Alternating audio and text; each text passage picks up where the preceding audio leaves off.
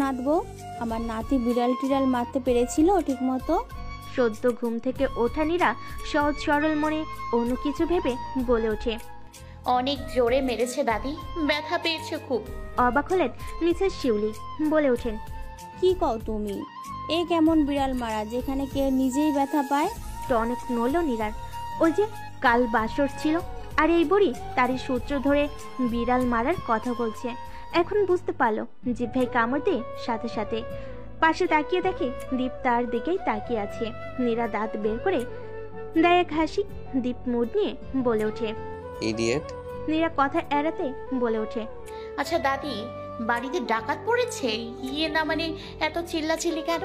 Mrs শিউলি হামি তুলে বলে, ডাকাত পড়েছে নাতবো, নাটক তো সবে শুরু হলো। সাদে কি আর তোমাদের বিয়ে এত তাড়াতাড়ি করে দেওয়া? ওই যে সুপার গ্লু আটা তোমার বরের পেছনে লাগছে, এখন তুমি গরম পানি হইয়া তোমার বরের থেকে ওয়া সারাও। মিসেস শিউলির কথার আগা মাথা বুঝলো না নীরা। দীপ বুঝতে পেরেছে কি হয়েছে, তাই আর সে বাবা মায়ের ঘরে গেল না।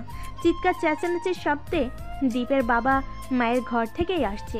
দীপ ড্রয়িং রুমের সোফায় বসেছে। নীরা দীপের বাবা মায়ের ঘরে গেল।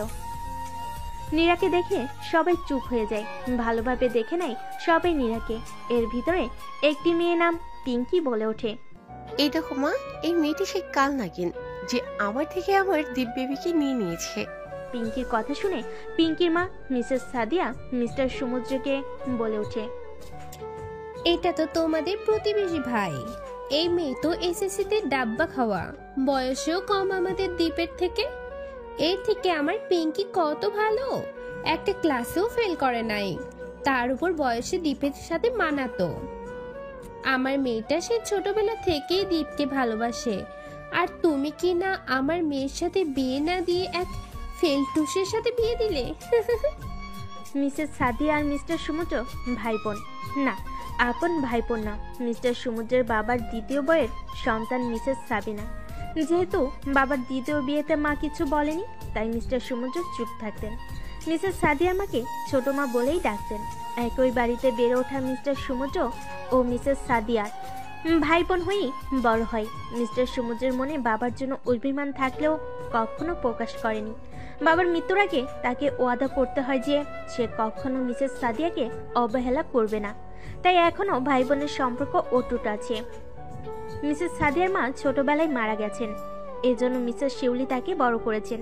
কিন্তু মিসেস সাদিয়া হয়েছে একদম তার মায়ের মতো কুচুটি ও লোভী, এজন্য মিসেস শিউলি এদের মন থেকে পছন্দ করে না। মৃত স্বামীর ওয়াদা পালন করেন শুধু, তা না হলে মিসেস সাদিয়ার সম্পত্তি আলাদা করে সেই কবেই নিজের মতো করে থাকতে পারত। মিসেস সাদিয়ার ন্যাকা কান্না সহ্য হয় না মিস্টার সমুদ্রের।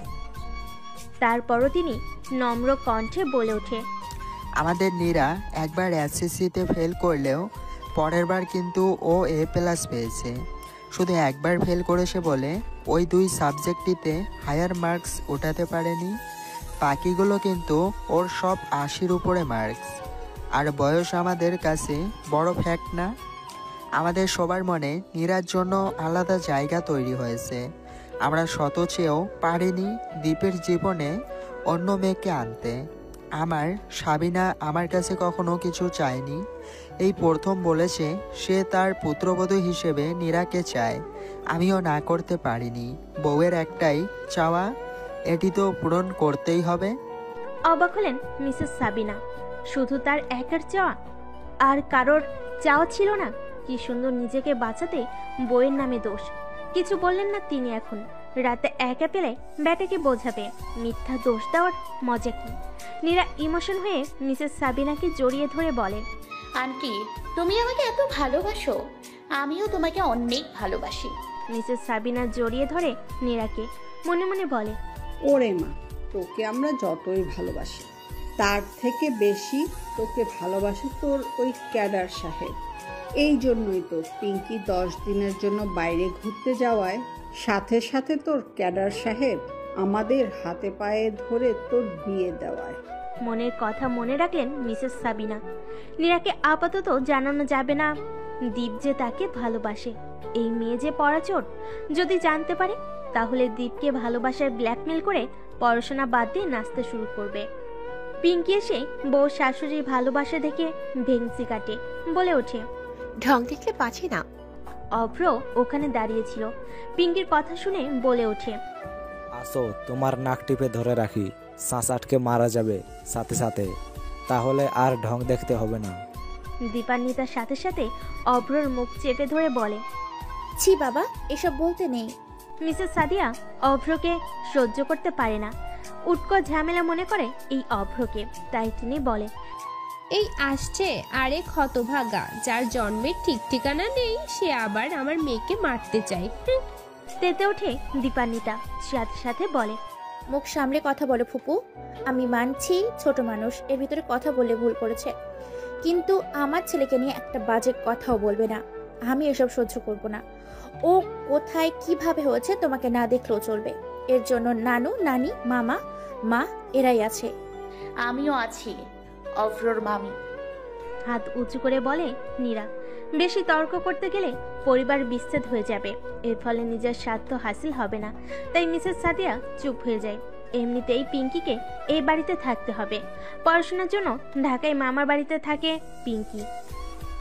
মিস্টার সুমুজ বলে ওঠে, আচ্ছা, এসব কথা এখন বাদ। সন্ধ্যায় বৌভাত অনুষ্ঠান হবে। অনুষ্ঠানটি আমাদের ছাদে করা হবে। সেসবের আয়োজন শুরু করা হোক। দ্বীপের ছুটি খুব কম, তাড়াতাড়ি শেষ করে ওকে আবার কলেজ যাওয়া লাগবে। সবাই সম্মতি জানিয়ে যে যার মতো কাজে চলে যায়। নীরা বের হবে, কিন্তু কিছু একটা ভেবে পা থামিয়ে পিঙ্কির দিকে তাকিয়ে ভালোভাবে পিঙ্কিকে দেখে নেয়। মনে মনে অনেক কিছুই এঁকে ফেলে নীরা। এরপর প্রস্থান করে নিজের ঘরে। ঘরে এসে নীরা ফ্রেশ হওয়ার জন্য ওয়াশরুমের দিকে যায়। তখনই দীপ বের হয় ওয়াশরুম থেকে। দীপের গায়ে একটি টাওয়াল থাকে শুধু। নীরা দীপকে দেখেই অন্যদিকে ফিরে চোখ বন্ধ করে নেয়, তারপর বলে, বেলজ্জা পুরুষ মানুষ, ঘরে যে আপনার বউ এসছে এটা কি ভুলে গেছেন? দীপ আলমারি থেকে কাপড় নিতে নিতে বলে, ঘরে বউ এসেছে এটা ভুলিনি, তবে ঘরে যে বউরূপে বেগানা রমণী ঢুকেছে এটা ভুলে গেছি। কি দিন আসলো, বউয়ের থেকেও নাকি নিজেকে প্রোটেক্ট রাখতে হবে। বউ শব্দটি নীরার কানে বাজতে থাকে।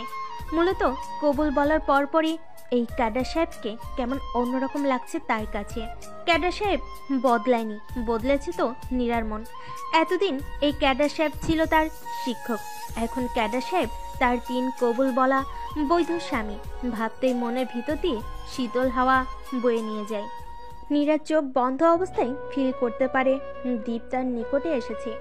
অতি নিকটে এসে দীপ বলে, চোখ খোলো। নীরা না বোধক মাথা নাড়ে, তারপর বলে ওঠে, আপনি উলঙ্গ, পোশাক দ্বারা নিজেকে আবৃত করে নিন, তারপর চোখ খুলব। দীপ নীরার মাথায় আলতো চাটি মারে। ব্যথা পেয়ে চোখ খুলে নীরা দেখে দীপ পোশাক পরেছে। দীপ বাইরে যেতে যেতে বলে, যত সব আলতু ফালতু চিন্তা মাথায় ঘুরপাক করে, তাই না? ফ্রেশ হয়ে ড্রয়িং রুমে আসো। সকালের খাবার দুপুরে খাওয়া আমি পছন্দ করি না। দীপ যেতেই নীরা নিজের মাথায় নিজেই বাড়ি দিয়ে বলে, I hate my mind. Fresh হয়ে দীপান্বিতার কথাতে একটি গোলাপি শাড়ি পরল নীরা। তারপর দীপান্বিতা নীরাকে নিয়ে এলো ড্রয়িং রুমে। সবাই একসাথে সকালের খাবার খাবে বলে অপেক্ষা করছে। দীপ এসে খাবার টেবিলে বসেছে। প্রায় সবাই বসে আছে। নীরাকে দীপের পাশে বসাতে যাবে, তার আগে পিঙ্কি এসে দীপের পাশে বসেছে। সবাই পিঙ্কির এই কাজ দেখে ক্ষিপ্ত হলো, শুধু মিসেস সাদিয়া বাদে। বসতে বসতে পিঙ্কি বলে ওঠে, খুব ক্ষুধা লাগছে মামি, তোমাদের বৌমার জন্য কত অপেক্ষা করতে হয়, এখন খাবার দাও।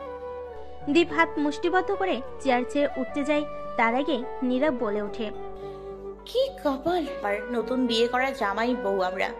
কোথায় এখন বর বউ একসাথে বসে খাবো, তা না মাঝখানে দেয়াল হয়ে বসে আছে আমার ফুফাতো ননদ। বলি বরের যদি তার বোনের পাশে বসেই খেতে হয়, তাহলে বিয়ে করেছিল কেন? আমাকে শফিস হিসেবে সাজিয়ে রাখবে বলে? এটুকু বলেই নীরা পিঙ্কির হাত ধরে উঠিয়ে আবার বলে, আমার দুষ্টু ননদ ভাবি কিন্তু তোমার এসব কাজে অনেক মিষ্টি মিষ্টি কথা শুনিয়ে দেবে, তাই সময় থাকতে বিবেক বোধগুলোকে জাগ্রত করো। যেখানে যেই সম্পর্ক বিদ্যমান সেখানে সেভাবেই থাকো। দীপ খুশি হয় নীরার কথা শুনে। দীপ ভেবেছিল নীরা কিছু বলবে না, তাই নিজেই উঠতে চেয়েছিল, কিন্তু তার বউ যে সম্পর্কের মূল্য ধরে রাখবে এটা বুঝে উঠতে পারেনি। পিঙ্কি ভেবেছিল নতুন বউ মুখ ফুটে কিছু বলতে পারবে না, তাই সে দীপের পাশে বসে। কিন্তু এ মেয়ে তো লাগামহীন কথাবার্তা শুনিয়ে দিল। এদিকে সবাই আবার এজন্য খুশি হয়েছে, এটা সবার মুখ দেখলে বোঝা যায়। তাই না পেরে পিঙ্কি তার মায়ের পাশে বসে। খাওয়া দাওয়া শেষ করে সবাই বউ ভাতের জন্য প্রস্তুতি নেয়। নীরাকে সাজাতে বসানো হয়। নীরার সাজের জন্য দীপানিতা এসে নীরাকে খাইয়ে দেয়। ঠিক তখনই পিঙ্কি এসে খোঁচা দিয়ে বলে, এত বড় মেয়েকে আবার খাইয়ে দেওয়া লাগে? নীরা চোখ ছোট ছোট করে তাকায়। ঠিক তখনই পেছন থেকে দীপ বলে ওঠে, তোর বিয়ের সময় যখন সাজানো হবে তুই নিজের হাতে খাবি, কেউ তোকে খাওয়াই দিবে না। আমার বউকে কে কি করলো না করলো এটা আমরা দেখে নিব। প্রিয় ব্যক্তির মুখে অন্যকে বউ বলে সম্বোধন করা কথা শুনে কষ্ট পেল পিঙ্কি। বিয়ে করেছে, বউ তো হবেই, কিন্তু তাই বলে এভাবে বউ বউ বলে গান গাইতে থাকার তো কিছুই নেই। ওখান থেকে চলে গেল পিঙ্কি। দীপান্বিতা ও নীরা মিটমিট করে হাসতে থাকে। দীপ এসেছিল বউ ভাতের জন্য পাঞ্জাবি পরতে। লোকজন চলে এসেছে। একটু পর দুপুরে খাওয়া দাওয়া শুরু হবে। নীরাকে লোকজন দেখতে আসবে। বউ ভাতের অনুষ্ঠান শুরু হয়েছে। দীপ ও নীরাকে একসাথে বসানো হয় তাদের স্টেজে। মিসেস নাজনীন ও মিস্টার রবিন এসে মেয়ের সাথে দেখা করে আত্মীয়দের কাছে গেছেন। কেয়া এসেছে নীরার কাছে। নীরা মুখ ঘুরিয়ে অন্যদিকে তাকায়। কেয়া এসে নীরাকে জড়িয়ে ধরে বলে, দোস্ত, আমার সাথে কথা বলবি না? তুই যা করেছিস এতে কথা বলা যায়? আমি কিছু না করলেও তোর বিয়ে হতো। কি সুন্দর বিয়ে করে বর নিয়ে পাশে আছিস, এখন বান্ধবীকে ভুলে গেলি? এবারের মতো মাফ কর। আল্লাতি কণ্ঠে, ঠিক আছে, করলাম মাফ। আশেপাশে দেখ তোর সাদা বিলাই এসছে কিনা। আচ্ছা দোস্ত, বলেই মনে মনে বলে, আমি কিছু করিনি, করেছে তো তোর ক্যাডার সাহেব। তোকে যে হাড়ে হাড়ে চেনে, তাই তো এদিক ওদিক লোক লাগিয়ে রেখেছে। তুই নিজেও জানিস না তোর অগোচরে কি কি হয়েছে। বলেই কেয়া অন্যদিকে যায়। সবাই খাওয়া দাওয়া করে এখন ছবি তুলতে শুরু করে। এমন সময় পিঙ্কি এসে দীপের হাত ধরে বলে, চলো আমরাও ছবি তুলি। দীপ হাত সরিয়ে নেয়। সাথে সাথে নীরা বলে, হ্যাঁ হ্যাঁ, ছবি তো আমরা সবাই তুলবো, সাথে ফেসবুকে পোস্টও করব। ক্যাপশন থাকবে মাই হ্যাপি উইথ মাই বিবেকহীন ননদ। আঙ্কেল, আপনি আমাদের ছবি তুলে দেন। পিঙ্কি রেগে যায়। সাথে সাথে স্থান ত্যাগ করে। কিয়া এসে জিজ্ঞেস করে, এটা কে দোস্ত? আমার না হওয়ার সতীন, একদম সুপার গ্লু আঠার মতো। এসছে মাত্র 4 ঘন্টা হয়েছে। ক্যাডার সাহেবের লেজ ধরার জন্য ব্যস্ত হয়ে পড়েছে। এর নামই কি পিঙ্কি? হ্যাঁ, কিন্তু তুই কিভাবে জানলি? কিছু না, এমনি। বলেই মনে মনে বলে, আমি যা জানি তুই তাও জানিস না। রিক এসে দীপ ও নীরাকে কনগ্রাচুলেট করে। তারপর তাকায় কেয়ার দিকে। নীরা বুঝতে পারে রিক কেয়ার সাথে আলাদা কথা বলতে চায়। তাই নীরা কেয়াকে হাত দিয়ে হালকা খোঁচা মেরে বলে, যাও যাও, তোমার দিন আসতেছে, তাড়াতাড়ি। লজ্জা পেয়ে কেয়া চলে যায়। সাদের এক কোণে এসে দাঁড়ায় কেয়া। রিক তার পাশে এসে বলে, কাল কল দিয়েছিলাম, রিসিভ করনি কেন? অত রাতে কল করেছিলি কেন? যদি বলি তোমাকে মিস করতেছিলাম। কেন আমাকে হঠাৎ এত মিস করতেছেন কেন? সব কথা একদিন বলবো, আস্তে আস্তে জানতে পারবি। আচ্ছা, এমনি তো কাল রাতে ঘুমিয়েছিলাম, টায়ার্ড লাগছে খুব। চলো আমরাও কিছু ছবি তুলি। আচ্ছা। বলে রিক ও কেয়া ছবি তুলতে থাকে। কেয়ার প্রতি রিকের এই অ্যাটেকশন রিকের মা খুব ভালো করে খেয়াল করেছেন। ছেলে তার বিয়ের বয়স হতে যাচ্ছে, 25-এ পা দিয়েছে। এখন এমনিতেও বিয়ের জন্য মেয়ে খুঁজছেন। রিক মাস্টার্সের পাশাপাশি একজন ফ্রিল্যান্সার। মাস্টার্স শেষ হলে বাবার ব্যবসা সেই দেখবে। তাই ছেলের বিয়ে নিয়ে খুব বেশি টেনশন নেই। কেয়াকে যদি রিক পছন্দ করে থাকে তাহলে কেয়ার বাসায় কথা বলে বিয়ের ব্যবস্থা করবেন তিনি। বউ ভাতের অনুষ্ঠান শেষ করে নীরা ঘরে বসে নীরবের সাথে কথা বলতে থাকে। নীরব বোনকে দেখতে থাকে মন দিয়ে। সরাসরি তো দেখতে পারলো না বোনের বিয়ে। নীরা বলে ওঠে, ভাইয়া, তোমার পরীক্ষা কবে শেষ হবে? এই তো আর 2টো পরীক্ষা আছে, এরপর সার্টিফিকেট পেলেই চলে আসব। পরীক্ষা তো আলহামদুলিল্লাহ ভালো দিয়েছি, দেখা যাক কি হয়। তাড়াতাড়ি চলে এসো, আর আমার জন্য অনেক অনেক কসমেটিক্স আনবে। ঠিক আছে পাগলি বোন আমার। এদের কথার মাঝেই ঘরে দীপান্বিতা আসে। নীরাকে রাতের খাবার খাওয়ার জন্য ডাকতে আসে। দীপান্বিতা এসে বলে, কি করেছে আমার ভাবি? নীরব দীপান্বিতার কণ্ঠ শুনতে পেল, সাথে সাথে নীরাকে বলে, আমি রাখছি বোন, ওতে বসতে হবে, হাতে সময় কম, বাই। বলেই কল কেটে দেয়। কল কেটে দিয়ে নীরব যায় ফোনের গ্যালারিতে, কিছু ছবি দেখতে দেখতে বলে, আমাকে কষ্ট দিয়ে তুমি ভীষণ সুখে আছো আমার মায়া বোন বিহারিনী। বলেই দীর্ঘশ্বাস ছাড়ল নীরব। দীপান্বিতা একটু কষ্ট পেল। আজ 5টি বছর হলো লোকটি জার্মানে গেছে, কোনো খোঁজ খবর নেই তাদের, অথচ একসময় তাদের কতই প্রণয়ের সম্পর্ক ছিল। মনের কষ্ট মনে রেখে দীপান্বিতা বলে, মা খেতে ডাকছে, আঙ্কেল আন্টি এখনো আছে, আন্টি থাকতে থাকতে সবাই একসাথে খেতে বসতে চায়, তাই তাড়াতাড়ি এসো। বলে চলে গেল দীপান্বিতা। দরজার কোণে এসে চোখ থেকে গড়ে পড়া ছোট্ট পানির বিন্দুটুকু মুছতে থাকে। নীরা খুব বেশি কিছু না বুঝলেও দীপান্বিতার কণ্ঠে মন খারাপের ছাপ স্পষ্ট বুঝতে পেরেছে। নীরা কিছু বলার আগেই দীপান্বিতা চলে যায়, আর তাই আর জানতে পারল না কেন দীপান্বিতা মন খারাপ করেছে। রাতের বেলা দীপ ও নীরা ঘুমানোর জন্য ঘরে আসে। দীপ চারপাশ ভালোভাবে পরখ করে, তারপর বলে, কোথায়? চোখ ছোট ছোট করে নীরা বলে, কে কোথায়? আমাদের বিয়ের আগে পয়দা করা বাচ্চা। কে আম্মু আব্বু নিয়ে গেছে, কাল তো ফিরুনিতে যাব, তাই আজ রাতে ওকে দিয়ে দিয়েছি। আর 4 দিন পর তোমার টেস্ট পরীক্ষা, মাথায় আছে তো? বিয়ে করেছি আমি, এখন আমি কারোর বউ হয়েছি, সংসারের দায়িত্ব আছে আমার, পড়াশোনা নিয়ে ভাবলে হবে? তোমার বর তোমাকে সংসার করার জন্য প্যারা দিচ্ছে না, পড়াশোনা করবে মনোযোগ দিয়ে। আজ ক্লান্ত, তাই পড়তে হবে না, কাল থেকে পড়াশোনা শুরু তোমার।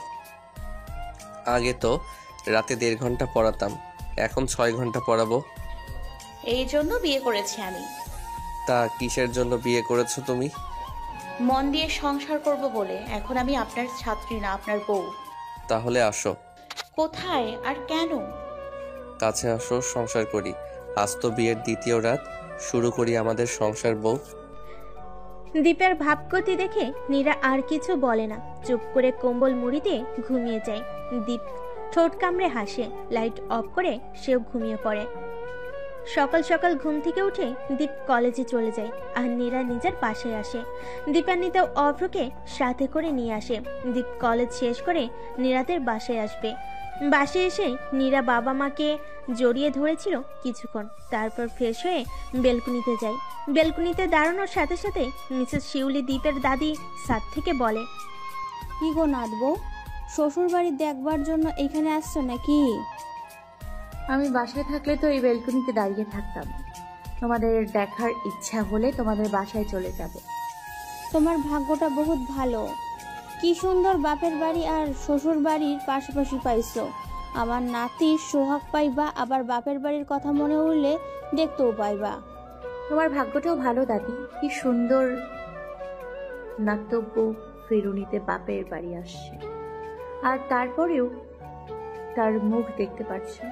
কয়জন দাদি শাশুড়ির ভাগ্য এমন হয় বলো তো? কথা বলতে বলতে অভ্র আসে সেখানে। 3 জনে মিলে গল্প করে কিছুক্ষণ। নীরবের ঘরটিতে আজ দীপান্বিতা ও অভ্র থাকবে। কয়েকদিন ধরে বিয়ের কার্যক্রমের জন্য অনলাইনে ড্রেস সেল করতে পারেনি দীপান্বিতা। আজ অনলাইনে লাইভে শাড়ি পরে এসেছে। লাইভে একটি শাড়ি খুলে দেখাচ্ছে আর দাম বলছে। জার্মান থেকে দীপান্বিতার লাইভ ভিডিও দেখতে থাকে নীরব। স্ক্রিনে দীপান্বিতার মুখে হাত ছুঁয়ে বলে, আমার মায়াবন বিহারিনী, আমার এক সময়ের প্রণয়ের নারী, সে এখন আমার জন্য এক নিষিদ্ধ নারী। তোমায় হারিয়েছে আমি চিরতরে, তবু থাকিবে তুমি আমার এই বক্ষস্তরে। বলে চোখের পানি মুছতে থাকে। নীরব জার্মানের কাছে আজ 5 বছরের একটু বেশি। ফুড নিউট্রিশন নিয়ে পড়াশোনা করতে অনেক জায়গায় অ্যাপ্লাই করে সে, কিন্তু ভাগ্য তাকে জার্মানে সিলেক্ট করে। জার্মানে আসার আগে দীপান্বিতার সাথে ছিল তার প্রেমের সম্পর্ক। দীপান্বিতাকে ছোট থেকেই পছন্দ করত। আস্তে আস্তে ভালোবাসা শুরু হয়। একই স্কুলে পড়াশোনা করত তারা। নীরব কলেজে উঠেছিল আর দীপান্বিতা ক্লাস 9-এ উঠেছিল। এমন সময় নীরব প্রপোজ করে দীপান্বিতাকে। দীর্ঘ 2.5 বছর প্রেম করে তারা। এরপর নীরব চলে যায় জার্মানি যাওয়ার পরও তাদের কথাবার্তা চলত। হঠাৎ 6 মাস পর থেকে দীপান্বিতাকে পাওয়া যায় না। নীরা তখন ছোট, তাই ওর কাছে খোঁজ খবর নিতে পারত না। এরপর হঠাৎ একদিন মিসেস নাজনীনের সাথে ভিডিও কলে কথা বলতে বলতে অভ্র সামনে আসে। নীরব জিজ্ঞাসা করে, বাচ্চাটিকে? মিসেস নাজনীন বলে ওঠে, আমাদের দীপান্বিতার ছেলে অভ্র। মায়ের মুখে এমন কথা শুনে আর কথা বলার রুচি থাকে না নীরবের। সাথে সাথে কল কেটে দেয়। এর কয়েকদিন পর দীপান্বিতা কল করেছিল, কিন্তু নীরব কল কেটে দিত। তারপর নিজ থেকে ফোন নম্বর ও বিভিন্ন ভার্চুয়াল অ্যাকাউন্ট পরিবর্তন করে। খোঁজ খবর রাখে না দীপান্বিতার। কলেজ শেষ করে কেয়া এসেছে নীরার সাথে আড্ডা দিতে। কলেজের ভিন্ন ইনফরমেশন সবগুলো মনোযোগ দিয়ে কালেক্ট করছে কেয়া। দীপ যে তাকে ওয়ার্নিং দিয়েছে, তাতে এগুলো করতেই হতো। ইনফরমেশনগুলো নীরাকে দিয়ে বলে, ভালোভাবে পড়াশোনা করবি আর ফাঁকিবাজি হওয়া যাবে না। একজন প্রফেসরের বউ তুই, এটা মাথায় রাখবি। নীরা কেয়ার কপালে হাত রেখে বলে, তুই সুস্থ আছিস তো দোস্ত? নাকি সাদা বিলাই তোকে প্রেমের মন্ত্র না দিয়ে বিদ্যার মন্ত্র দিয়েছে, যেটা আমাকে ক্যাডার সাহেব দিতে থাকে? কেয়া মনে মনে বলে, তোর ক্যাডার সাহেবের চক্করে পড়াশোনা থেকে কোনো কিছু করার উপায় আছে? আজ যে ওয়ার্নিং দিয়েছে আমাকে জীবনও ভুলবো না। কলেজে নীরা কলেজে যায়নি, তাই কেয়া ও রিক একসাথে বাইকে করে কলেজে যায়। রাস্তায় রোড ক্রসিং এর সময় দীপ ও রিকের বাইক পাশাপাশি থাকে। দীপ দেখে ফেলে রিক ও কেয়াকে। তারপর দ্বীপের কক্ষে কেয়াকে ডাক দেয়। কেয়া দ্বীপের কক্ষে আসলে দীপ বলে, পরীক্ষা আর 3 দিন পর। তুমি নিজে পড়াশোনায় মনোযোগী না, সাথে ওই গাধিটাও। কোনো প্রকার পড়াশোনায় অমনোযোগী আমি সহ্য করব না। আজ থেকে ক্লাসে মনোযোগ দিয়ে পড়াগুলো আদায় করবে। আর এই 3 দিনে যা যা শিখবে ইনফরমেশন নীরাকে দিবে। তোমাদের ক্লাসের যে টপ স্টুডেন্ট, ওর থেকে এই 1 সপ্তাহের ইনফরমেশন কালেক্ট করবে। দুজনে পড়াশোনা ঠিক মতো করবে আজ থেকে। নীরাকে আমি পড়াবো আর তোমার খোঁজ তোমার বাবা মায়ের থেকে নিব। পড়াশোনায় তুমিও কম ফাঁকিবাজ না। আজ থেকে মনোযোগী না হলে তোমার জন্য ইশতিয়াক স্যারকে ঠিক করব। খুব ভালোভাবেই জানো স্যার কেমন। শুকনো ঢোক দিলে কেয়া বলে, দরকার নেই স্যার, আমি মনোযোগ দিয়ে পড়াশোনা করব আর নীরাকেও ইনফরমেশনগুলো দিব। Good girl. আর শোনো, আমি যে ইনফরমেশন দেওয়াই, এটা মানে নীরাকে বলার দরকার নেই। ঠিক আছে, কিন্তু চন্দ্রপাখি বলতে যে থামলেন কেন স্যার? একটু দুষ্টুমি করেই বলে কেয়া। দীপ চোখ রাঙ্গানি দিয়ে বলে, ক্লাসে যাও, মনোযোগ দিয়ে পড়াশোনা করো। কেয়া ভয়তে চলে যায়। দীপ বিড়বিড় করে বলে, ছাত্রী যখন বউ আর শালি হয়, কত কিছুই না সহ্য করতে হয়। সন্ধ্যায় দীপ নীরাকে বলে, বই বের করো, পড়তে বসবে। না, আমি এখন ফিরুনিতে এসছি। নববধূ আমি এখন।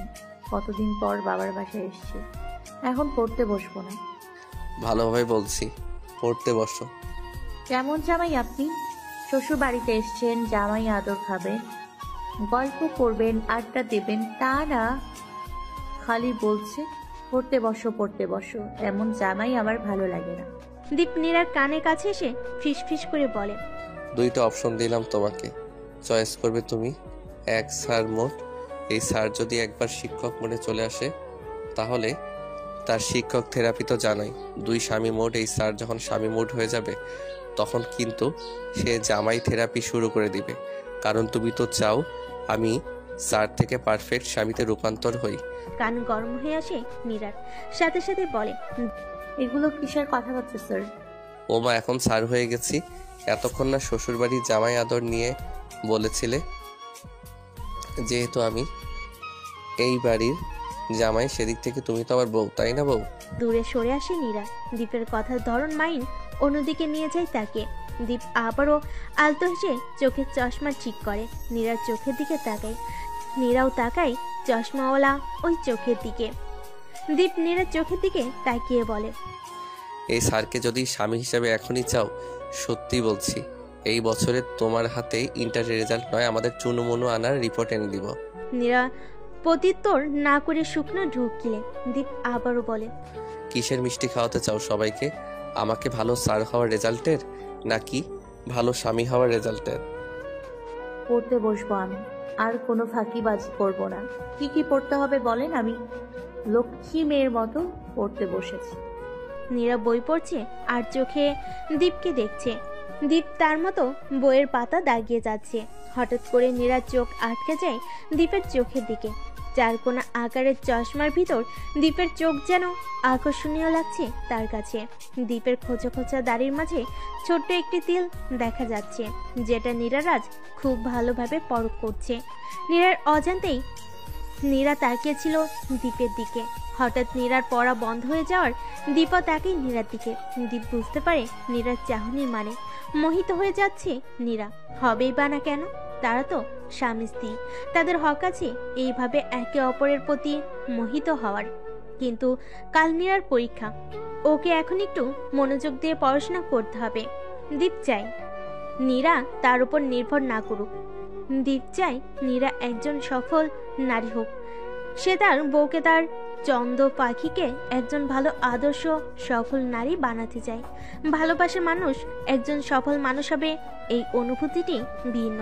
নীরার ভিতর এর সব কিছুর প্রতিভা আছে, কিন্তু নীরা নিজেকে হেলায় উড়িয়ে দিয়েছে। এসব ভেবে দীপ নীরার মাথায় দিল এক টোকা।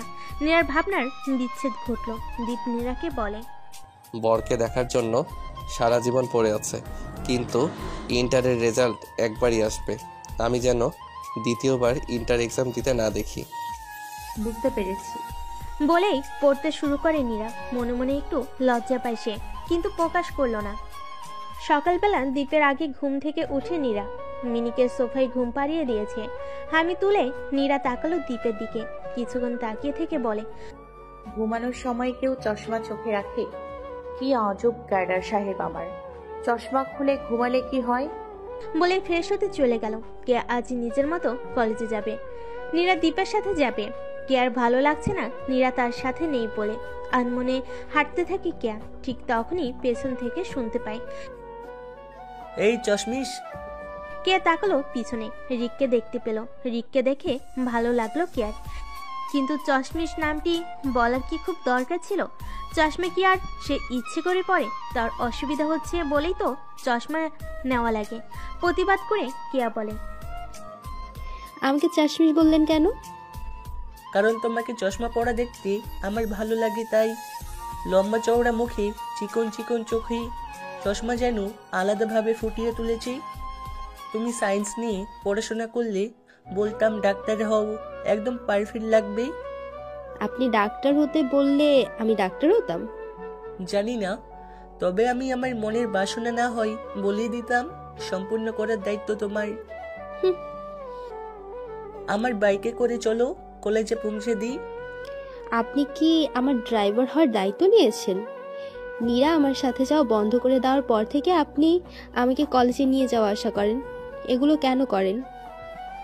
এখনো বুঝতে পারোনি নাকি বুঝেও না বোঝার অভিনয়? বিষমঠে কেয়ার, সে তো খুব ভালোভাবেই জানে এই সাদা বিলাই তার প্রেমে হাবুডুবু খেয়েছে। সেও তো সাদা বিলাইয়ের প্রেমে হাবুডুবু খাচ্ছে। কথা এড়াতে কেয়া বলে, আমি কি জানবো, আর আমার দেরি হয়ে যাচ্ছে, পরীক্ষা আজ আমার, চলুন কলেজে যাই।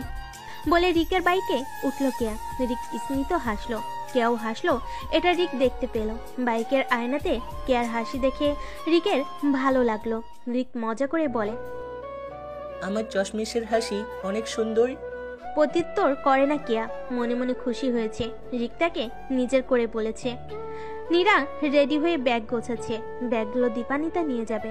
3 দিন হয়ে গেছে আজ শ্বশুরবাড়িতে যাবে নীরা। পরীক্ষা দিয়ে সোজা শ্বশুরবাড়ি। কিন্তু নীরার মনে খারাপ লাগার আভাস নেই। সে খুব ফুরফুরে আছে। খারাপ আর লাগবে কিভাবে? শ্বশুর বাড়ি আর বাবার বাড়ি তো পাশাপাশি।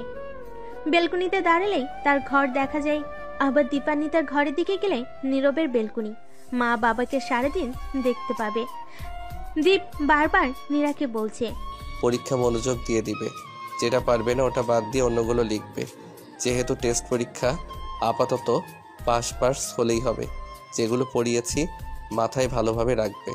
নীরা এবার বিরক্ত দীপের দিকে তাকিয়ে কোমরে হাত দিয়ে বলে, এখন আমরা বের হব, আপনি কি আমাকে এখনো এসব ভাষণ দেবেন? দেশে মনে হয় আমি সেই মেয়ে যে কিনা স্যারকে বিয়ে করে বইয়ের বিদ্যা নিয়ে ঘুরছে। কোথায় বিয়ে করলাম নতুন নতুন, এখন আরো বরের সাথে ঘুরবো ফিরবো, তা না পরীক্ষা এই করো ওই করো। দীপ নীরার কাছে আসলো, তারপর বলে, এই স্যারকে স্বামী রূপে তুমি নিজেই গ্রহণ করতে পারবে না। যেখানে কাজটি তোমার দ্বারা সম্ভব না সেখানে কেন বারবার এসব কথা বলো? আমি তোমার উপর কোনো প্রেশার ক্রিয়েট করতে চাই না। তুমি যেদিন মন চাইবে সেদিন এই স্বামী স্ত্রীর সম্পর্ক পূর্ণ হবে। কিন্তু এখন আপাতত পড়াশোনা মন দিয়ে করো। তোমাকে একজন আদর্শ সন্তান, আদর্শ বউ, আদর্শ বৌমা আর ভবিষ্যতে আদর্শ মা হতে হবে। আদর্শ মা কথাটি শুনেই যেন নীরার মন অন্যরকম হয়ে গেল। লজ্জে আর কিছু বলল না। দীপ তাড়াহুড়া দিতে থাকলো। অবশেষে সবাইকে বিদায় দিয়ে কলেজে চলে গেল নীরা ও দীপ। দীপ আজ তাদের নিজস্ব গাড়ি নিয়েছে।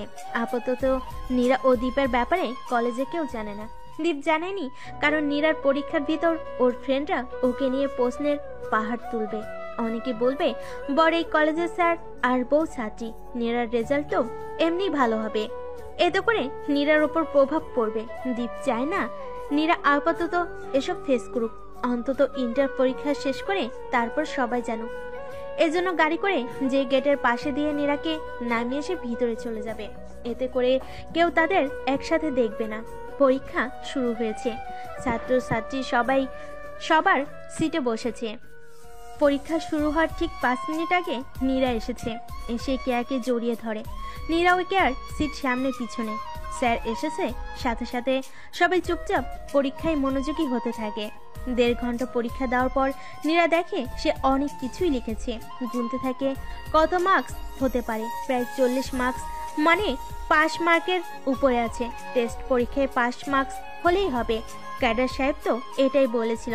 তাহলে আর কি, খাতা জমা দিয়ে দিলেই হয়। নীরার পিছনে কেয়া বসেছে। নীরা কেয়ার বেঞ্চে হেলান দিয়ে বলে, দোস্ত কত মার্কের উত্তর দিয়েছিস? 5 মার্ক উঠে গেছে দোস্ত। তুই কত মার্কসের উত্তর দিয়েছিস? আনুমানিক 50 হবে, কিন্তু মনে কর 2-1 মার্ক কাটলে 40 বলছি। এটা তো টেস্ট এক্সাম। আবার ক্যাডার সাহেব বলেছে 5 মার্ক উঠলেই হবে। চল খাতা দিয়ে ফুচকা খাই। আচ্ছা দোস্ত চল, এমনিতেও ভালো লাগছে না লিখতে। বলে দুজন খাতা জমা দিয়ে বের হয়ে যায়। বাইরে এসে নীরা ও কেয়া আরামসে ফুচকা এনজয় করে। তারপর দুজন মিলে লেকের পাড়ে এসে বসে। দুজন মন খুলে গল্প করতে শুরু করে। গল্প করতে করতে অনেক সময় হয়ে যায়। দীপের ডিউটি অন্য ডিপার্টমেন্টে ছিল। ডিউটি শেষ করে সে নীরাকে খুঁজতে লাগলো, কোথাও পেল না। অবশেষে নীরাকে কল দিল। নীরা কল রিসিভ করে, জি বলুন। কোথায় তুমি? আমি আর কেয়া লেকের পাড়ে এসেছি। কখন গেছো তোমরা? এই তো ঘন্টা 2 হবে। পরীক্ষা কখন দিয়েছো? পরীক্ষা দিয়ে 5 মার্ক উঠিয়ে তারপর এসেছি। আপনি না বললেন 5 মার্ক উঠলেই হবে? দীপের মাথায় হাত। এই মেয়েকে সারাদিন রাত পড়িয়েছে, সকালে একটু টেনশন মুক্ত করার জন্য এই কথাগুলো বলেছিল। আর এদিকে সে কিনা 5 মার্কস এসেছে বলে নাচতে নাচতে ঘুরতে গেছে। সাথে সাথে দীপ বলে ওঠে, আমি কি বলেছিলাম 5 মার্কস উঠিয়ে বাইরে চলে যাবা? আচ্ছা থাকো ওখানে, আমি আসছি। আচ্ছা। কল কেটে দিলে কেয়া নীরাকে জিজ্ঞেস করে, কি হয়েছে? উনি আসছে আমাকে নিতে। এই উনিটা কি? ঢং, তুই মনে হয় জানিস না। আমার ক্যাডার সাহেব, তোদের আদনান কবির দীপ স্যার। তাহলে আর কি, আমিও চলে যাই বাসায়। তোর সাদা বিলাইকে কল দে, আসুক, তোরা গল্প কর। আইডিয়া মন্দ নয়, কিন্তু আমার লজ্জা করছে। আর লজ্জা পেতে হবে না। ভালো যখন দুজনকে বেসেছিস, দেরি না করে বলে ফেলা ভালো হবে। বলতে বলতে দীপ গাড়ি নিয়ে হাজির। নীরা দীপের গাড়ির দিকে তাকালো, তারপর কেয়ার হাত থেকে কেয়ার ফোন নিয়ে রিককে SMS দিল। আমি লেকের পাড়ে আছি, আপনি যদি চান একসাথে আজকে আমরা কফি ডেট করতে পারি। আমি 10 মিনিট অপেক্ষা করলাম, আপনি না আসলে চলে যাব। লিখেই ফোনটি কেয়ার হাতে দিল। কেয়া SMS দেখে অবাক হলো, বলে, এটা কি লিখেছিস? এখন উনি কি ভাববে বলতো? আমি কি করব এখন? নীরা ভেংচি কেটে বলে, তোর সাদা বিলাই কিছুই ভাববে না, উল্টো খুশি হয়ে চলে আসবে। 10 মিনিট সময় দিয়েছি, দেখ কি করে। এর ভিতরে দীপ এসে বলে, কাকে 10 মিনিটের ভিতরে আসতে বলেছ? আসলেই দেখতে পাবেন এক সাদা বিলাই। বলেই হেসে দেয় নীরা। কেয়ার সাথে সাথে দীপকে বলে, আসসালামু আলাইকুম স্যার। নীরা ভুরকুচকে বলে, উনি এখন তো স্যার না, উনি তো এখন তোর জিজু। স্যার তো কলেজে। শুনুন, আমাদের কেয়া প্রেমে পড়েছে এক সাদা বিলাই, তার জন্য অপেক্ষা করতে বলেছি। আমরা তো চলে যাচ্ছি, ও এবার ঘুরুক ওর মতো। বলতে না বলতেই রিক হাজির। দৌড়ে এসেছে সে, দীপকে দেখতে পায়নি। হাঁপাতে হাঁপাতে বলে, আগে বলবে না তুমি এখানে এসেছো? ক্লাসে ঢুকতাম না তাহলে পিছনের গেট দিয়ে পালিয়ে আসতে হয়েছে। বলেই দেখতে পেল দীপকে। ভয়তে ঢোক গিলতে থাকে রিক। নীরা আবারও রিককে বলে ওঠে, ভয় পাবেন না ভাইয়া, উনি তো এখন আপনাদের স্যার না, উনি এখন আপনাদের জিজু। দীপ চোখের চশমা ঠিক করে গাড়ির দিকে যেতে যেতে বলে, তাড়াতাড়ি আসো, বাড়িতে যেতে হবে। বলেই চলে যায়। কেয়ার সাথে সাথে ব্যাগ থেকে পানি বের করে খেতে থাকে। এতক্ষণ ভয়তে ছিল। নীরা ওদেরকে বিদায় জানিয়ে দৌড়ে গাড়িতে উঠল। বাড়িতে এসে ফ্রেশ হয়ে দুপুরে খাবার খেয়ে নেয় নীরা ও দীপ। একসাথে ঘরে এসে দীপ গল্পের বই হাতে নেয়। বই পৃষ্ঠা উল্টাতে উল্টাতে বলে, আমি যদি সবার জিজু হই তাহলে তোমার কি হব? নীরা মিনিকে নিয়ে খেলা করতে থাকে। দীপের এমন কথা শুনে চোখ ছোট ছোট করে তাকায়। দীপ চশমা ভালোভাবে সেট করে বলে, কি হলো বউ, বলো কি হই আমি তোমার? মিথ্যা হামি তুলতে তুলতে নীরা বলে, জি এখন ঘুমাবো, কাল রাতে ভালো ঘুম হয়নি আমার। বলে মিনিকে নিয়ে কম্বল মুড়ি দেয় নীরা। দেখতে দেখতে নীরা টেস্ট পরীক্ষার রাত শেষ দিন। এই কয়দিনে দীপ নিজ দায়িত্বে নীরাকে কলেজে নিয়ে গেছে, আবার নিয়ে এসেছে। নীরা যেন পরীক্ষা দিয়ে তাড়াতাড়ি না পালায় সেজন্য ওয়ার্নিং দিয়ে দিয়েছে। পুরো পরীক্ষা নীরা হামি দিতে দিতে দিয়েছে। টেস্ট পরীক্ষায় কি আর এত লিখতে ইচ্ছে করে? এমনি নীরা অলস পড়াচোর, সেখানে এতটুকু লেখা জমা দিলেই এনাফ। কিন্তু ক্যাডার সাহেবের জন্য তাকে সম্পূর্ণ পরীক্ষার সময় বসে থাকতে হয়েছে। আজকেও দীপ নীরাকে নিয়ে যাওয়ার সময় বলতে থাকে, পরীক্ষা শেষ করে আমার জন্য অপেক্ষা করবে, একদম বাইরে যাবে না। যদি দেখেছি পরীক্ষা শেষ হওয়ার আগে খাতা জমা দিয়ে বের হয়েছ, এই স্যার থেরাপি আবার ফিরে আসবে। স্যারের থেরাপি কথাটি শুনেই নীরার গালে অটোমেটিক হাত চলে আসে।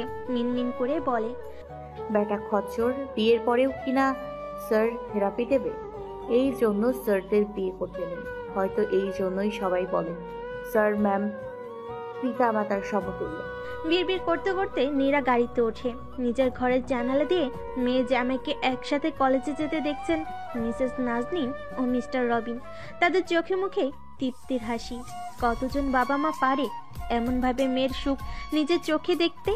হাতে গোনা গুটি কয়েকজনের মধ্যে তারা এমন লাগি বাবা মা। এই যে যখন ইচ্ছে মেয়ের সুখ একটু উকি দিয়ে দেখছে, আবার প্রায় বিকেলবেলা যে যে গল্প করছে।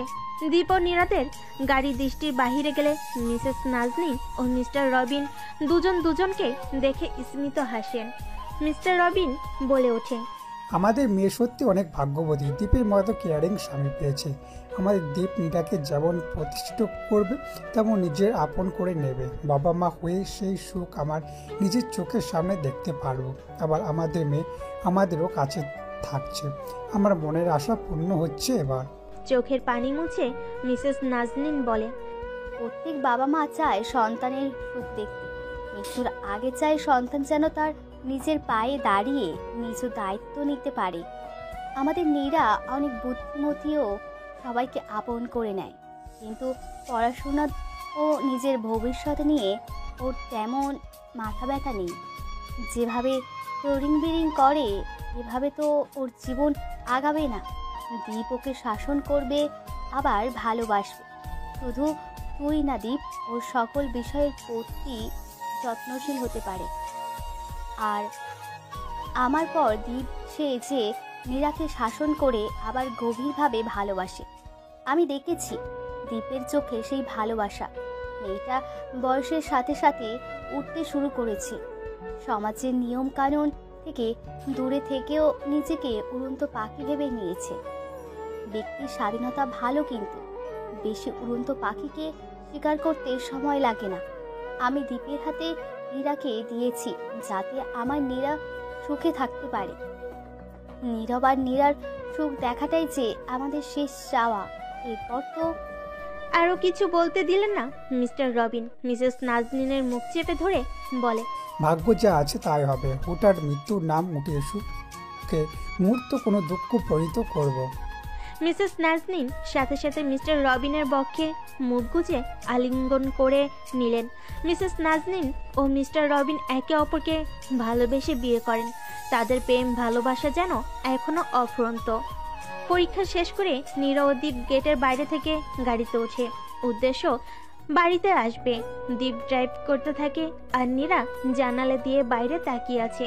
হঠাৎ নীরা খেয়াল করলো গাড়িটি তাদের বাড়ির রাস্তায় না, উল্টো রাস্তা দিয়ে যাচ্ছে। নীরা সাথে সাথে বলে, আমরা আজ কোথায় আছি? গেলেই দেখতে পাবে। নীরা আর কোনো উত্তর দেয় না। এর কিছুক্ষণ পর দীপ গাড়ি থামিয়ে দেয়। নীরা বাইরে তাকিয়ে দেখে তারা শপিং মলের সামনে এসেছে। নীরা দীপের দিকে ঘুরে বলে, শপিং মলে কেন? হানিমুন করতে এসেছি। ইন্টারেস্টেড থাকলে চলো, না হলে এখানে বসে থাকো।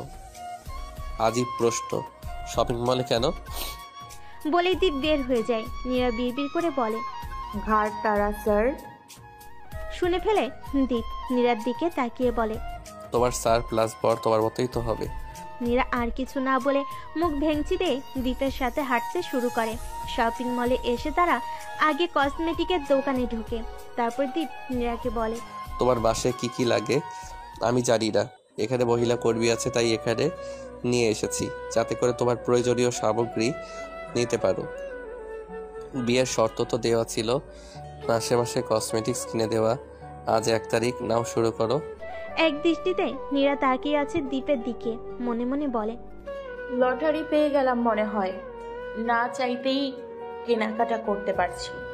এরকম বর কপালে জুটলে আমি তো বলবো আমার শত্রুর কপালেও বর হিসেবে স্যার জুটুক। বলেই দাঁত বের করে হাসে নীরা। তারপর পছন্দ মতো প্রয়োজনীয় জিনিসপত্র কেনাকাটা করে। কসমেটিক কেনার পর দীপ নীরাকে কাপড় চোপড়ের দোকানে নিয়ে যায় কিছু জামা কাপড় কিনতে। প্রত্যেক মাসে মাসে দীপ পরিবারের জন্য জামা কাপড় কেনে। এটা দীপের ভালো লাগা, আজও তাই করছে। নীরাকে ড্রেসগুলো পছন্দ করে দিতে বলে। নীরা সবার জন্য ড্রেস দেখে নেয়। দীপ চুপচাপ এদিক ওদিক দেখতে থাকে। হঠাৎ দীপের নজর আসে একটি শাড়ি নিয়ে দুজন মহিলা ঘুরিয়ে ঘুরিয়ে দেখছেন আর দাম কষাকষি করছেন। দীপের কাছে শাড়িটি ভালো লাগে। নীরাকে এই শাড়িতে খুব সুন্দর লাগবে, এমনটাই দীপের কাল্পনিক চিন্তা। কোনো কিছু না ভেবে শাড়িটি কেনার জন্য চলে যায় সেখানে। ওই রকম দেখে আরেকটি শাড়ি নিয়ে নেয় দীপ। তারপর তারা বাসায় চলে আসে।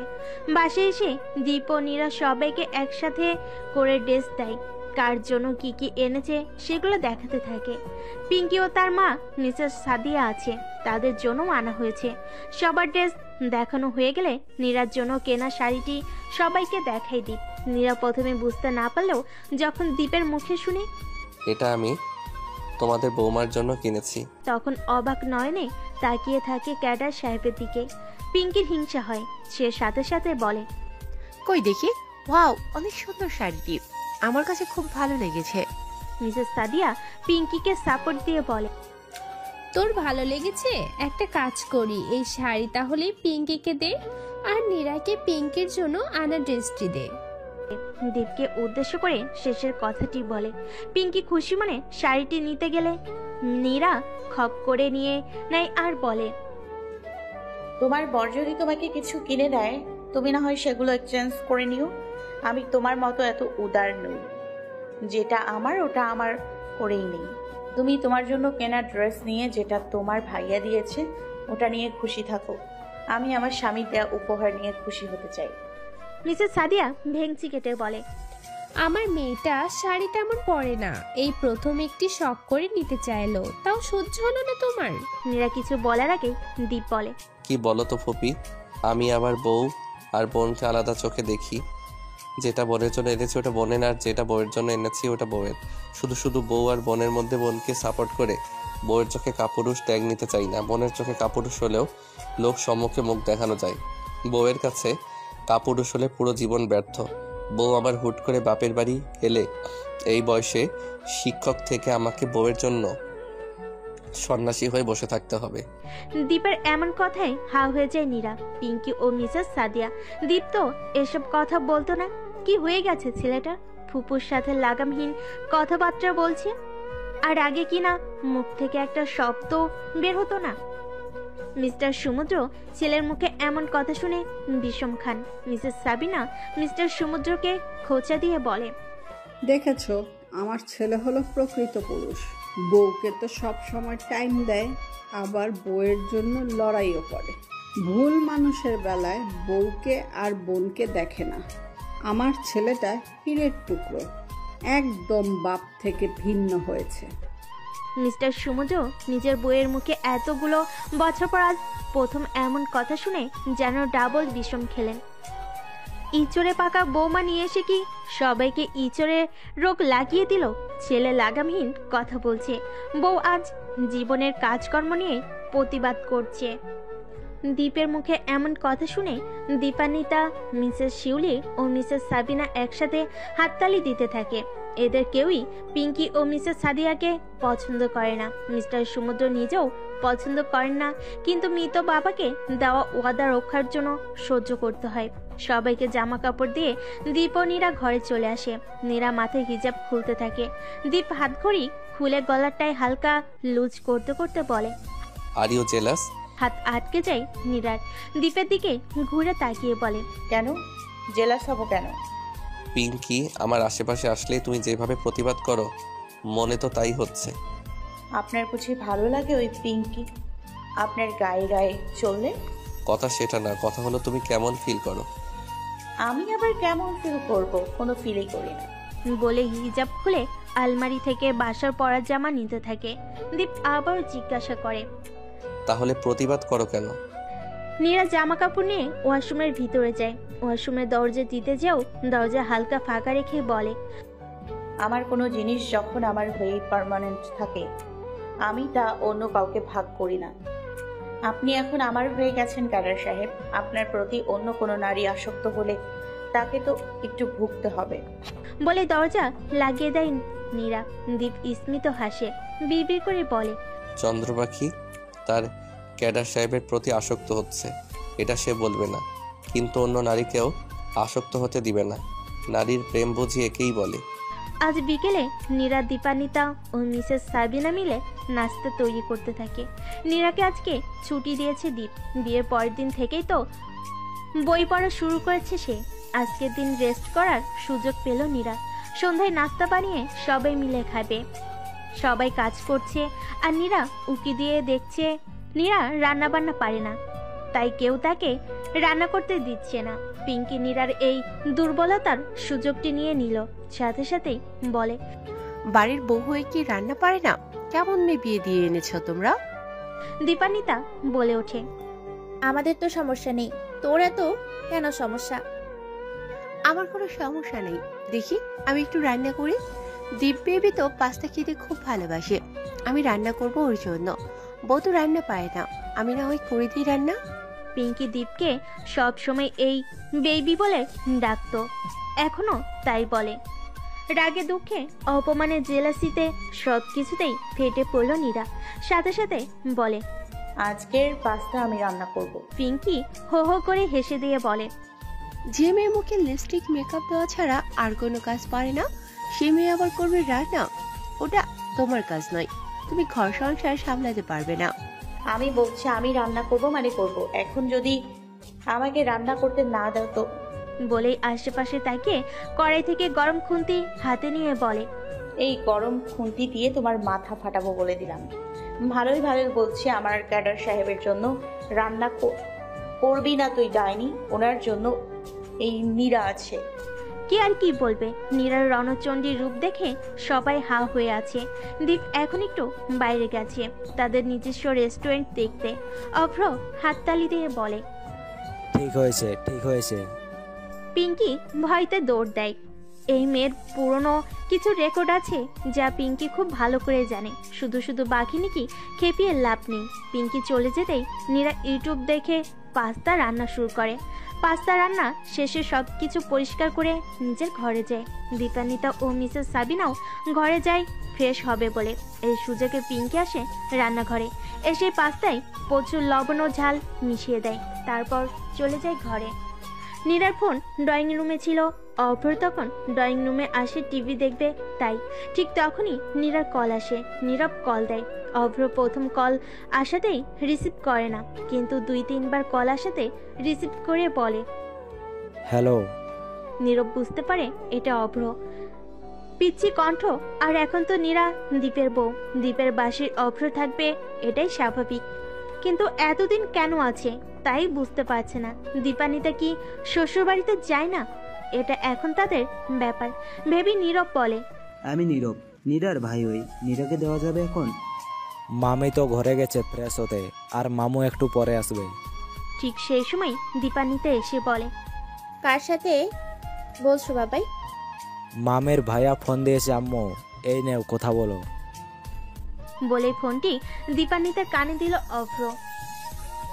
আম্মু বলে সম্বোধন শুনে নীরবের মনের গহীনে কাঁপন ধরলো।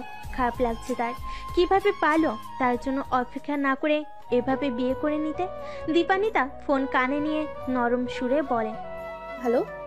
কি সুন্দর মধুর কণ্ঠ বাজতে থাকে নীরবের কানে। দীর্ঘ সময় পর আজ তারা একসাথে কথা বলতে পারছে, কিন্তু এখন তার আগের সম্পর্ক নেই। নীরব কাট কাট গলায় বলে ওঠে, বোনকে বলবেন ফ্রি হলে যেন কল দেয়। বলেই কল কেটে দিল। এতগুলো বছর পর প্রিয় ব্যক্তির কণ্ঠ শুনে শান্তি পেল, কথার সুরের তিক্ততা অনুভব করলো দীপান্বিতা। পাল্টে গেছে তার খাদ্য বিশেষজ্ঞ পুরুষটি।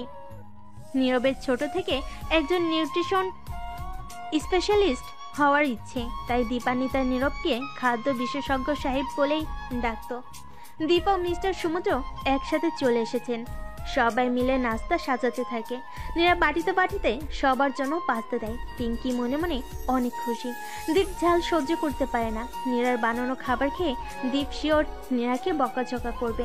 সবাই একসাথে পাস্তা খেতে থাকে। প্রথম 1 চামচ খেয়ে সবাই নীরার দিকে তাকায়। পিঙ্কি খুব খুশি, এবার বোম ব্লাস্ট হবে। পিঙ্কির আশায় পানি ঢেলে অভ্র বলে, মামি খুব মজা।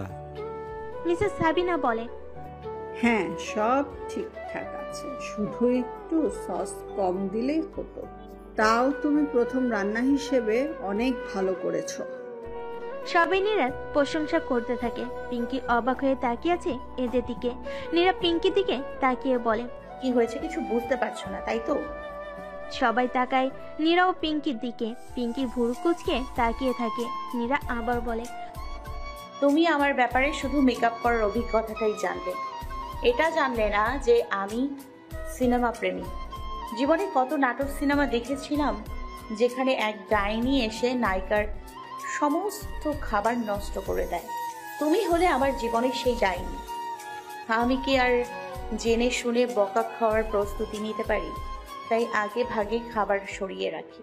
আর তোমার বাটিতে যেই পাস্তা, ওটা তোমার হাতের ঝাল মশলাযুক্ত। অভ্র দেখে নিয়েছে তুমি কি কি করছিলে, তুমি কি কি করেছিলে। এবার ভদ্রমের মতো নিজের হাতে টেস্টি পাস্তা খেয়ে নাও। আমি পাস্তা খাবো না, অন্য খাবার খাবো। তোমার মন চাইলে তুমি খাও। কি প্রমাণ আছে যে আমি এটাতে ঝাল লবণ দিয়েছি? প্রমাণ অভ্র নিজে। ছোট বাচ্চা তো আর মিথ্যে বলবে না। খেয়ে নাও আমার ডাইনি ননদিনী, এটা এখন তোমাকেই খেতে হবে। বলে নীরা পাস্তার বাটি নিয়ে পিঙ্কির কাছে আসতে থাকে। পিঙ্কি এবার চেয়ার থেকে উঠে দেয় ভোদর। নীরা কি কম নাকি, সেও পিঙ্কির পিছনে দৌড়াতে দৌড়াতে বলে, একবার যখন আমার খাবার নষ্ট করতে চেয়েছিল তখন টেস্ট তো তোকে নিতেই হবে ডাইনি ননদিনী। বলাবে কোথা? আমি নীরা যখন একবার লেগেছি তোমার পেছনে তখন তোমার রেহাই নেই। আমার বরের সাথে সুপার গ্লুর মতো লেগে থাকা, তাই না? এবার দেখ সুপার গ্লুর উপরে কি কি আছে। বলে সারা রুম জুড়ে তাড়া করতে থাকে পিঙ্কিকে। অবশেষে পিঙ্কি দৌড়ানোর সাথে উড়ন্ত ওড়না থেকে ফেলে দেয় নীরা। তারপর সোফায় পিঙ্কিকে শুয়ে গাল টিপে হা করিয়ে পিঙ্কির গালে ঢুকিয়ে দেয় পাস্তা। পিঙ্কি বেচারি কষ্ট করে হলেও গিলতে থাকে। টেবিলে বসা দীপ মাথায় হাত দিয়ে এদের কর্মকাণ্ড দেখে। দীপান্বিতা দীপকে আস্তে আস্তে বলে, কে বলবে এই মেয়ে বিয়ের দিন পালিয়েছিল? বিয়ে করবে না বলা মেয়েটি কি না এখন সেই স্বামীর ভক্ত? মনে মনে খুশি হয় দীপ। নীরা একদম ঠিক কাজ করেছে। পিঙ্কি যেমন তাদের সম্পর্কের মধ্যে তৃতীয় ব্যক্তি হয়ে ঢুকে পড়েছে, এতে ওর এই শাস্তিরই দরকার। দীপ নিজেও সহ্য করতে পারে না পিঙ্কিকে। খুব তাড়াতাড়ি পিঙ্কির জন্য ছেলে দেখা শুরু করবে। নাস্তা শেষ করে নীরা ঘরে আসে। দীপ ও মিস্টার সমুদ্র মিটিং করছেন নিজেদের ব্যবসা নিয়ে। দীপ বাবার ব্যবসায় যোগ না দিলেও বিভিন্ন পরামর্শে বাবার সাথে থাকে। নীরা ঘরে এসে ঘরটিকে ভালোভাবে পরখ করে। দীপের ঘরের পাশে একটি বড় সেলফ আছে, যেখানে ভিন্ন ভিন্ন গল্পের বইতে ভরা। বিসিএস এর বইগুলো এখনো সাজানো আছে। নীরা সেলফের কাছে এসে বইগুলো দেখতে থাকে। নীরা নিজেও টুকটাক গল্প পড়ে। সেলফের ভিতর ভালোভাবে চোখ বুলিয়ে একটি কালো মোটা ডায়েরি দেখতে পেল দীপ। ডায়েরিটি দেখে নীরার মনে আতঙ্ক বিরাজ করলো। সাথে সাথে ডায়েরিটি হাতে নিয়ে প্রথম পৃষ্ঠা বের করলো। অনেক পুরনো লেখা এখানে। খুব সুন্দর করে প্রথম পৃষ্ঠায় লেখা, চন্দ্রের সাথে করিতে দেখিলাম তোমাকে আলিঙ্গন।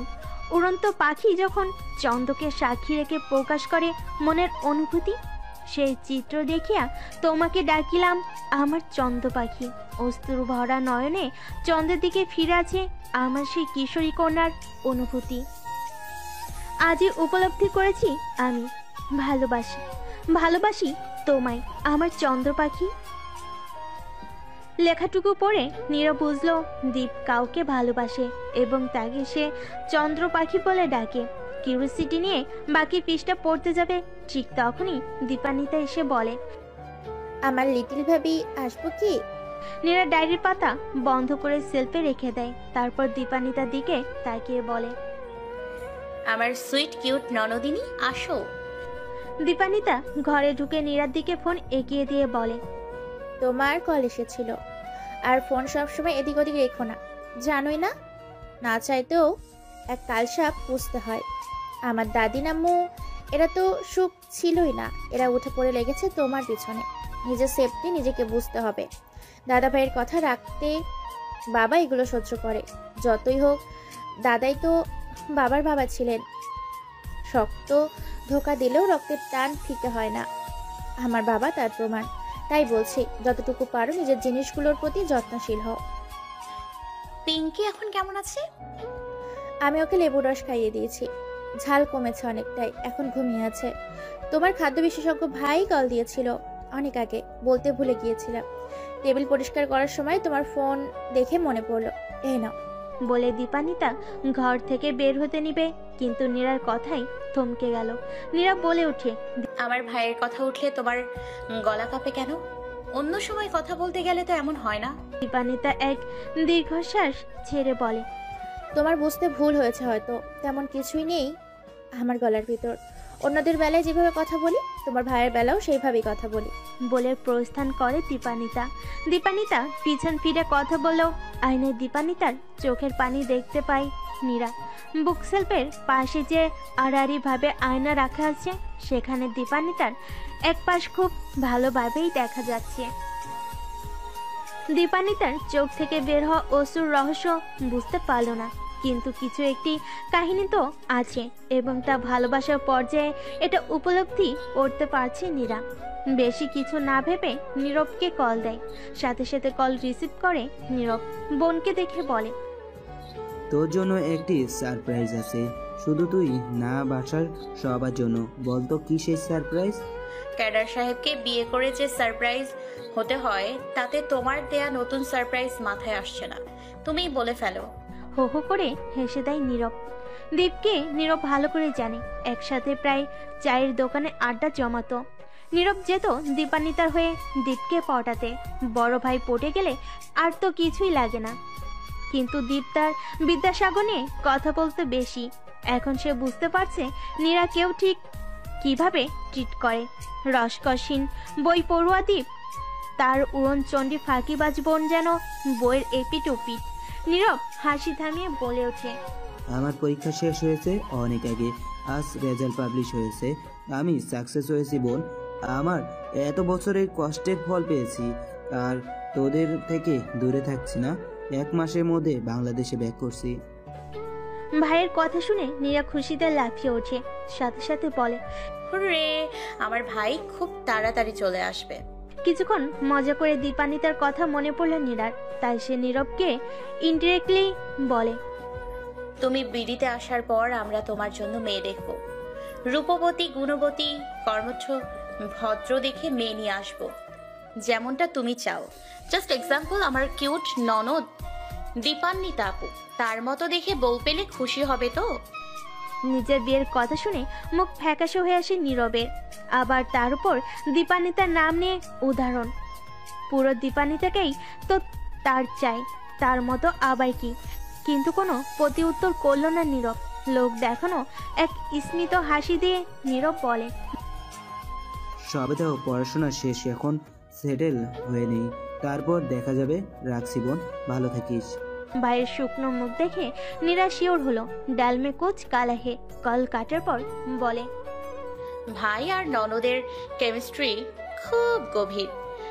আমাকে এখন ডিটেকটিভ নারী হতে হবে। কি থেকে কি হয়েছে এগুলো আমাকে বের করতে হবে। সাথে আবার আছে ক্যাডার সাহেবের ওই চন্দ্র পাখি। কত কিছু সম্পর্কের গোয়েন্দাগিরি করব আমি। উফ, এত প্রেশার নেওয়া যায় না।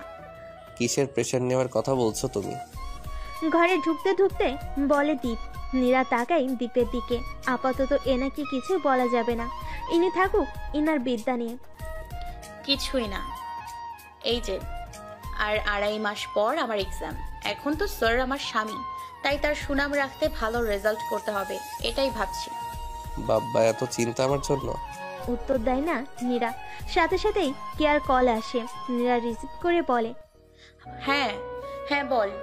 দোস্ত, আমাদের বিদায় অনুষ্ঠান হবে, সবাই শাড়ি পরবো, আর বিভিন্ন প্রতিযোগিতা আছে। আমি নৃত্য দিব, তুই কি করবি? আমি কি করব মানে? আমিও নৃত্য করব। ওপাশ থেকে কোনো উত্তর আসার আগে নীরার কান থেকে ফোনটি নিয়ে নেয় দীপ। ও কোনো নৃত্য করবে না, যাবে বক্তৃতা শুনে চলে আসবে বলে কল কেটে দেয়। কেয়া ভয় পায় দীপের কর্কশ কণ্ঠ শুনে। দীপ ফোন কাটার পর বলে, সাইকো স্যার। নীরা কোমরে হাত দিয়ে দীপের দিকে ডান ভুরু উঁচু করে তাকিয়ে বলে, আমি নৃত্য করলে আপনার সমস্যা কোথায়? আমি বলেছি তো তুমি নৃত্য করবে না মানে করবে না। আমি নৃত্যতে নাম দিব এবং নৃত্য করব। আমি বলেছি তো না। হ্যাঁ দিব নাম। আমি নাকি কোনো কিছু পারি না, অযোগ্য। তাহলে নৃত্য করে দেখিয়ে দিই আমার কি কি যোগ্যতা আছে। তোমাকে যতটুকু যোগ্য হওয়া লাগবে তা আমি দেখে নিব। ভালোভাবে বলছি, কোনো নৃত্য